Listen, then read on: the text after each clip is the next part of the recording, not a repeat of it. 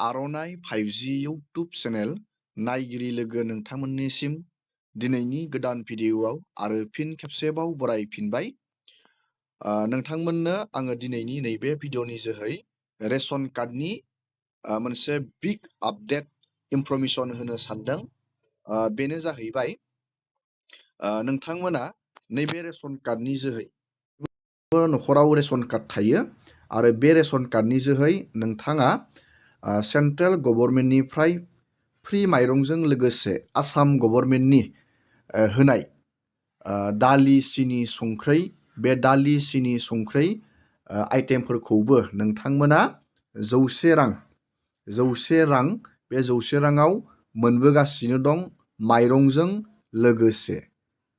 नाथाय नोंथांमोना बे 100 रांखौ बे दालि सिनि संख्रै बे आइटेमफोराव होनांगौ जायो। नाथाय माइरंखौथ' नोंथाङा फ्रियाव मोनो, नाथाय बे जुदि मुवाफोरखौ लायो नोंथाङा 100 रां होनानै बायनांगौ जायो।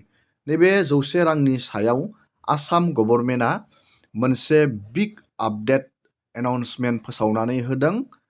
नोंथांमोना बे दालि सिनि संख्रै बे आइटेमफोरखौ नैबे 100 रांखौ होनाङाबासिनो नोंथांमोना फैबाय थानाय समाव फ्रियावनो नोंथांमोना मोननो थांगासिनो दं। प्लास नोंथांमोननो थाव लिटारसे, जानाय थाव लिटारसेबो नोंथांमोना मोननो थांबाय दं। जोङो बे आपडेटखौ नैबे भिडिअ'नि जोहै नायगोन। नोंथाङा बे आइटेमफोरखौ माब्ला मोननो हागोन आरो लोगोसे मोनसे इम्पर्टेन्ट आपडेट जोङो सावरायबावगोन। बेनो जाहैबाय रेशन कार्डनि जोहै नोंथाङा माइरंल' नङा, दालि सिनि संख्रै थावल' नङा, नोंथांमोना बे रेशन कार्डनि जोहै 20,000 रांबो मोनो। गोबाङानो मिथिया आरो खायसे मिथिगो। नैबे 20,000 रांखौ नोंथांमोना 100% मोनो। बे सेन्ट्रेल गभर्नमेन्टनिफ्राय नोंथांमोना बे 20,000 रांखौ मोननो हायो। बे 20,000 रांखौ नोंथाङा बोरैहाय मोनगोन, माबोरै एप्लाइ खालामनो, माबायदि सिस्टेमनि जोहै नोंथाङा नैबे 20,000 रांखौ गभर्नमेन्टनिफ्राय नोंथाङा मोनगोन, गभर्नमेन्टआ मानो नोंथांनो नैबे 20,000 रांखौ होगोन, जोङो बेनि गासैबो डिटेल्सखौ नायगोन। जाय बिथांमोना मिथिया, आं नोंथांमोननि थाखाय मोनसे गोनांथार आपडेट लानानै फैदों रेशन कार्ड बेनिफिसारिफोरनि थाखाय। जोङो बेफोर आपडेटखौ नैबे भिडिअ'नि जोहै नायगोन।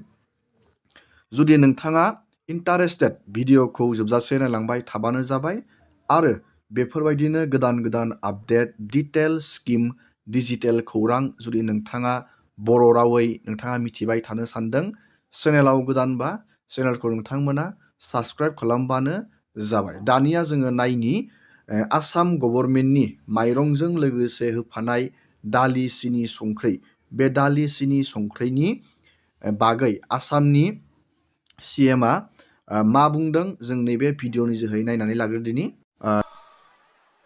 दाলি, চেনি আৰু নিমখ 100 টকাও দিব নালাগে, বিনা পইচাত লৈ আহিব আপোনালোকে। আজি আকৌ আপোনালোকে এটা লেঠা লগালে নহয় তেলো দিব লাগিব বুলি। আধা লিটাৰ দিলে হ'ব? কিমান, আধা লিটাৰ নে 1 লিটাৰ? 1 লিটাৰ লাগিব। ইছ ভগৱান, কংগ্ৰেছ বিলাকেতো মোক বহুত বেয়া পাব। বেয়া পালেও দিব লাগিব, হয় নে নহয়? দিব লাগিব না নালাগিব? পাক্কা? ঠিক আছে। ইলেকশ্যনৰ পিছত দালি, চেনি আৰু নিমখ 100 টকাও দিব নালাগে, বিনা পইচাত লৈ আহিব আপোনালোকে। আজি আকৌ আপোনালোকে এটা লেঠা লগালে নহয় তেলো দিব লাগিব বুলি। আধা লিটাৰ দিলে হ'ব? কিমান, আধা লিটাৰ নে 1 লিটাৰ? 1 লিটাৰ লাগিব। नोंथाङा भिडिअ'नि जोहै नुनो मोनबाय आसामनि CMआ रोखा खालामदों। दा जेरै नोंथांमोना माइरंजों लोगोसे दालि सिनि संख्रै, बे दालि सिनि संख्रिखौ 100 राङाव नोंथाङा बायनांगौ जायो रेशन दखानिनिफ्राय। बिथाङा बुंदों इलेक्सन जोबनानै जुदि गाव बायसान्स देरहाफिनो अब्ला बिथाङा बे 100 रांखौबो बिथाङा जिर' खालामनायनि बाथ्रा बुंदों। दानिया जोङो सावरायनि नेशनेल फेमिलि बेनिफिट स्किम। जुदि नोंथांनि आखायाव रेशन कार्ड दं, नोंथाङा गभर्नमेन्टनिफ्राय 20,000 रां मोनो।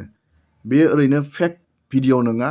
100% नोंथांमोना 20,000 रां मोनगोन। आं नोंथांमोननो ओरैनो बाथ्राखौ बुङाखै। 100% नोंथांमोना 20,000 रां मोनगोन। नाथाय गभर्नमेन्टआ नोंथांनो बे रेशन कार्डनि जोहै 20,000 रांखौ माबायदि सिस्टेमाव नोंथांनो होगोन, माबायदि कन्डिसनाव नोंथाङा बा नोंथांनि न'खरा मोनगोन, नैबे आं नोंथांमोननो ससे आपडेटनि जोहै नोंथांमोननो खोथानि आरो बेनि एप्लिकेसन प्रसेसखौबो खोथागोन। बोरैहाय नोंथाङा बेयाव एप्लाइ खालामनो हायो, मा डकुमेन्ट नांगो आरो बेनि इलिजिबिलिटि क्राइटेरिया मा, जोङो बेखौबो दिनैनि नैबे भिडिअनि जोहै नायगोन। नैबेयाव नोंथांमोना नुनो मोनदों, बेखौ नोंथाङा हारसिङैबो नायनानै लानो हागोन। गभर्नमेन्टनि माइ स्किम, नोंथाङा पर्टेलाव फैनानै नैबे नेशनेल फेमिलि बेनिफिट स्किमनि गासैबो नोंथांमोना डिटेल्स आरो इलिजिबिलिटि क्राइटेरियाफोरखौ नोंथाङा नायनानै लानो हागोन। मा डकुमेन्ट नांगोन, बेयाव बोरैहाय एप्लाइ जायो, नैबेयावनो नोंथांमोना नुनो मोनदों। फार्स्टआवनो दङ डिटेल्स, बेनि उनाव बेनिफिट, बेनि उनाव इलिजिबिलिटि, बेनि उनाव एप्लिकेसन प्रसेस, बेनि उनाव डकुमेन्टखौ मा नांगोन, डकुमेन्ट रिक्वायर्ड। नैबेयाव नोंथांमोना नायनानै बेयाव नोंथाङा हारसिङैबो नोंथाङा बुजिनानै लानो हागोन आरो एप्लाइ खालामनानै बेनि बेनिफिटखौ नोंथांमोना मोननो हागोन। दानिया नोंथांमोननो खोथाहरनि बोरैहाय नोंथाङा बेयाव 20,000 रांखौ मोननो हागोन। जाय बिथांमोना मिथिया, नोंथांमोननो खोथाहरनि। नैबेयाव नोंथांमोना नुनो मोनदों डिटेल्सआवनो लिरनानै होखादों माबायदि केसाव नोंथांनो बेखौ होगोन आरो बेनि एप्लाइ खालामनायनि बैसोआ बेसेबां जानांगोन। बिनि बेनिफिटआ नैबेयाव नोंथांमोना नुनो मोनदों। डिटेल्सखौ जोङो नायग्रोनि। नैबेयाव इंलिसाव लिरनानै होदों। बेनो जाहैबाय नेशनेल ससियेल एसिस्टेन्स प्रग्रामनि जोहै बियो गोग्लैयो, बिनि सिङाव गोग्लैयो, बियो NSAPनि सिङाव गोग्लैयो। आं नोंथांमोननो बर' रावै बुजिनानै खोथानि। न'खराव सासे रेशन कार्डनि फेमिलि हल्डार, फैसा खामायग्रा गारजेन थायो। बे गारजेना अकस्मात मानिबा जाहोनाव जुदि जिउ गोमायो, बे फैसा खामायग्रानि न'खरनि हालोदा गोबां खस्थ' भुगिनांगौ जायो। बेनि थाखाय गभर्नमेन्टआ इसेब्लाबो नोंथांनि न'खरनो हेल्प खालामनो थाखाय नैबे 20,000 रांखौ होनाय जायो। बेबायदि केसावसो खिन्थु नोंथांमोना बे 20,000 रांखौ मोननो हागोन। गोबाङानो मिथियो आरो खायसे मिथिया। बेबायदि केसावसो नोंथांमोना नैबे 20,000 रांखौ 100% नोंथांमोना बहननानै लानो हागोन। नैबे 20,000 रांखौ होनानै गभर्नमेन्टआ नोंथांनि न'खरखौ इसेब्लाबो मदद खालामो। दा बेनि इलिजिबिलिटि क्राइटेरिया, नोंथांमोना बेयाव नायनानै लाबानो जाबाय। नोंथाङा इन्डियानि सिटिजेन जानांगोन आरो रेशन कार्ड, बेयाव BPL कार्डफोराल' खिन्थु हागोन। BPL आरो APL थायो कार्डआ। नैबे BPL कार्डआ एसे गोरिब सोरनिसिननिया जायो। नोंथांमोननि आखायाव नैबे BPL रेशन कार्डआ थानांगोन। नोंथांमोना बेयाव नायना लाबानो जाबाय। आरो बेनि एप्लिकेसन प्रसेसा बोरै जायो, बेखौ नोंथांमोना अनलाइननो एप्लाइ खालामनानै लानो हायो आरो अफलाइनबो खालामनो हायो। नैबे अनलाइनाव नोंथांमोना नैबे उमां होननाय पर्टेलाव नैबे लिंकआव क्लिक खालामबानो बेयाव नोंथांमोना एप्लाइ खालामना लानो हायो। आरो अफलाइनबो नोंथांमोना बानायनो हायो। नैबे डिस्ट्रिक्ट ससियेल वेलफेयार अफिस, नोंथांमोननि डिस्ट्रिक्टनि, बेयाव थांनानै नोंथांमोना फ्रि अफ कस्टआवनो बेखौ एप्लाइ खालामनानै लानो हायो। आरो डकुमेन्टआ मा नांगोन, डकुमेन्टआ नैबेयाव नोंथांमोना नुनो मोनदों। सरि, आं मोनसे डिटेल्स नोंथांमोननो खोथाबावनि। बे जुदि नोंथांमोननि न'खरनि नोंथांनि बिमा बा बिफाया थैदों, अब्ला बे बिमा बिफा थैनायनि बेयाव डेथ सार्टिफिकेट नांगोन। थैनाया मोना, थैनायनि न'खरनि सासे नमिनिया मोनगोन। नैबे डेथ सार्टिफिकेट नांगोन।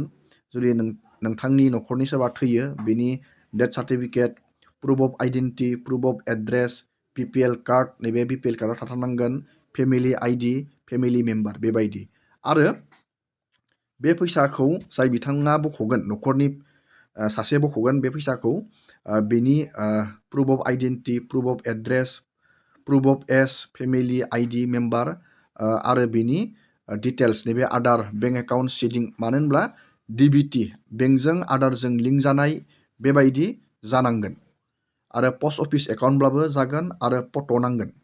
बेखिनि डकुमेन्टखौ नांगोन। नैबे नमिनिनि नैबे डिटेल्सआ जाहैबाय नमिनिनि, बे नमिनिनि आरो नैबे जाय न'खरनिफ्राय रुंसारि जालांदों नैबे रुंसारि जानायनि नोंथांमोना नुनो मोनदों बेखिनि डकुमेन्टखौ नांगोन। न'खराव बेबायदि केस जानानै दं, जुदि नोंथाङा नैबे नेशनेल फेमिलि बेनिफिट स्किमाव एप्लाइ खालामनो सानदों, नोंथांमोना मबाइल फनजों रोङाबा CSC सेन्टाराव थांनाबो नोंथांमोना एप्लाइ खालामनो हागोन।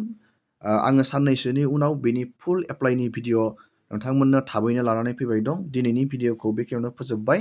नोंथांमोना भिडिअखौ नायनानै मोजां मोनदोंबा लाइक खालामबानो जाबाय, चेनेलाव गोदानबा चेनेलखौ साबस्क्राइब खालामबानो जाबाय। एसेनोसै दिनैनि भिडिअ।